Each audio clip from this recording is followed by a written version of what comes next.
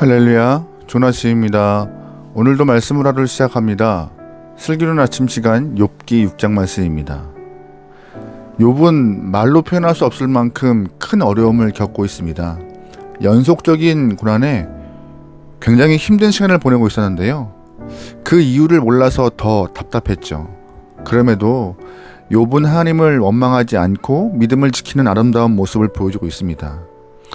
욥의 상황을 알게 된 친구 3명이 멀리서 욥을 만나기 위해 찾아옵니다. 7일 동안 옆에 있어주면서 욥에게 힘이 되려고 노력을 하는데요. 하루하루 그 힘든 시간을 지내면서 욥의 인내는 임계점에 다다른 것 같아요. 그럼에도 끝까지 믿음을 지키기 위해서 하나님을 원망하지 않고 자신의 생일, 태어남을 원망하는 모습까지 보이는 욥의 모습이 말씀 가운데 확인됩니다. 처절하게 보일 만큼 하루하루 버티고 있는 욥이었어요. 그러던 중 욥기 4장과 5장에서 욥의 친구인 대만 사람 엘리바스는 욥에게 나름의 위로를 건네고 있습니다. 그런데 엘리바스의 위로는 위로가 아니라 위선에 가까웠어요. 엘리바스는 하나님의 뜻을 다 알고 있는 것과 같이 욥의 고난이 죄의 결과라고 꼬집고 있으며 빨리 하나님께 죄를 자백하고 용서를 구해야 복받을 것이라고 조언하고 있습니다. 그런데 엘리바스의 말이 욥을 더 괴롭게 했고 전혀 위로가 안 되었던 상황이에요. 왜냐하면 엘리바스의 말에는 자기는 죄가 없으니 고난이 없다는 식으로 결론을 낼 수 있는 그런 이야기가 무의식 중에 깔려있는 이야기거든요. 위로가 아니라 위선의 모습이었던 것이죠. 그래서 오늘 6장과 내일 볼 7장의 말씀에서는 욥이 엘리바스의 말을 하나하나 반박하는 모습이 나와요. 10절 말씀이에요. 그러할지라도 내가 오히려 위로를 받고 그칠 줄 모르는 고통 가운데도 기뻐하는 것은 내가 거룩하신 이의 말씀을 거역하지 아니하였습니다. 아멘. 방금 읽은 10절 말씀 가운데 기뻐한다는 표현이 있는데 욥은 엘리바스의 이야기를 듣고 역설적으로 분노하고 있음을 말하고 있는 것이에요. 무슨 말이에요? 내가 너 엘리바스의 말을 들어보니 오히려 확신을 갖게 되었다. 나는 하나님의 말씀을 한 번도 거역한 적이 없던 것이다. 네가 나를 정죄하는 이야기를 들으며 다시금 생각해보니 하나님께 벌받을 만한 짓을 한 적이 없더라고 욥은 자신있게 자신의 삶을, 자신의 의로움을 말하고 있던 것이죠. 그러면서 욥은 다시 한번 친구들에게 진심을 다해 말하고 있습니다. 22절 말씀이에요. 내가 언제 너희에게 무엇을 달라고 말했더냐? 나를 위하여 너희 재물을 선물로 달라고 하더냐? 내가 언제 말하기를 원수의 손에서 나를 구원하라 하더냐?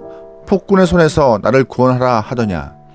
욥은 친구들에게 내가 너희에게 요구한 것이 없는데 왜 이곳에 와서 내 마음을 흔들고 상처를 주고 더 아프게 하냐라고 말하고 있습니다. 친구가 와서 전하는 말이 전혀 위로가 되지 않았다고, 오히려 가슴을 찢는 아픔이었다고 욥은 말합니다. 24절 말씀입니다. 내가 가르쳐서 나의 허물된 것을 깨닫게 하라. 내가 잠잠하리라. 옳은 말이 어찌 그리 고통스러운고 너희의 책망은 무엇을 책망함이냐. 아멘. 이런 뜻이에요.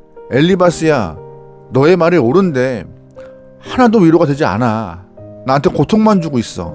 나에게 내 허물과 내 죄를 네가 한번 끄집어내봐 라고 하고 반박하고 있죠.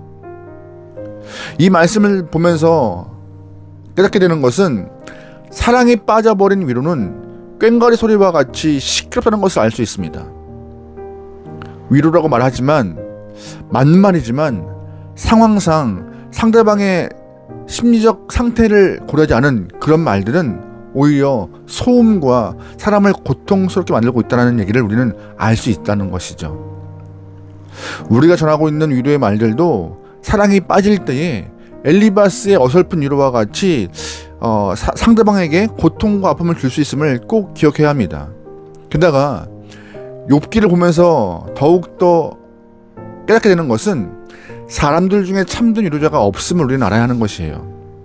우리는 눈에 보이는 친구를 의지하고 가까운 사람들로부터 이해를 받기 원하고 위로받기 원하는 모습이 강하지만 아무리 가까운 사람이라도 내 마음의 고통을 다 알지 못합니다. 심지어 한 이불을 덮고 자는 부부라 할지라도 고통을 전혀 모른 채 잠만 잘 경우가 많아요. 그러므로 사람에게 위로를 기대한다면 실망만 얻을 수밖에 없습니다. 근데 감사한 것은 하나님께서 우리에게 참된 위로자를 허락하셨어요. 바로 예수님이세요. 히브리서 4장 15절 말씀에 이런 표현이 있어요.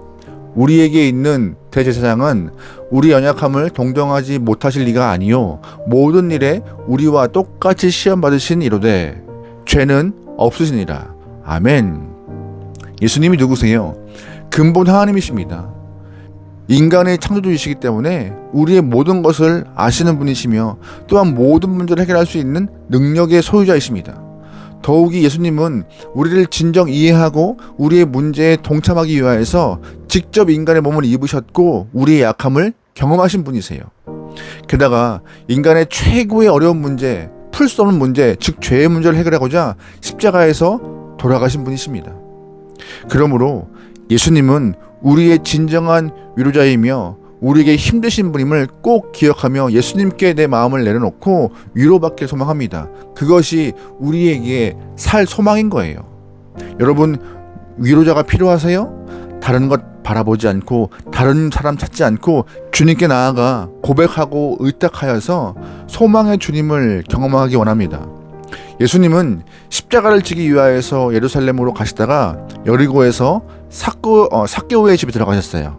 모두가 꺼리는 사람이었지만 예수님은 삭개오를 마다하지 않으시고 그의 집에 들어가셨습니다.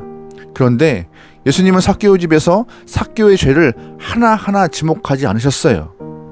함께 식사하시고 교제하시고 그의 말을 들어줬습니다. 예수님은 마음을 만지시고 또한 다가오셨고 이해해 주셨어요.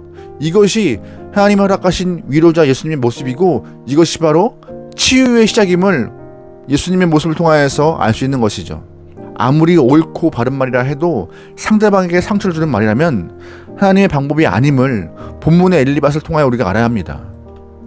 그러기에 하나님이 허락하신 긍휼과 사랑으로 주변을 살펴보면서 우리가 조금 더 조용히 다가가 손잡아주고 함께 웃고 함께 울을 수 있는 따뜻한 하나님의 백성, 지혜로운 영혼 되어서 하나님의 마음에 전달자가 되길 소망합니다. 섣불리 위로한다고 위선이나 상대방에게 고통 주지 않고 손 잡아주며 같이 열어주며 그를 위하여서 중보할 수 있는 주님의 귀한 영혼 되기를 주의로 축원합니다. 아멘. 기도하시겠습니다. 하나님을 우리의 아버지라 고백하고 예수님을 나의 구주라 고백할 수 있는 은혜 주심을 감사합니다. 이 땅 가운데 많은 어려움과 고난 중에 있지만 그럼에도 우리가 먼저 다른 것에서 위로받지 않고 예수님에게 위로받고 말씀으로 위로받고 기도하는 가운데 위로받고 찬양하는 가운데 힘을 얻을 수 있는 주님의 귀한 영혼 되게 허락하여 주시옵소서.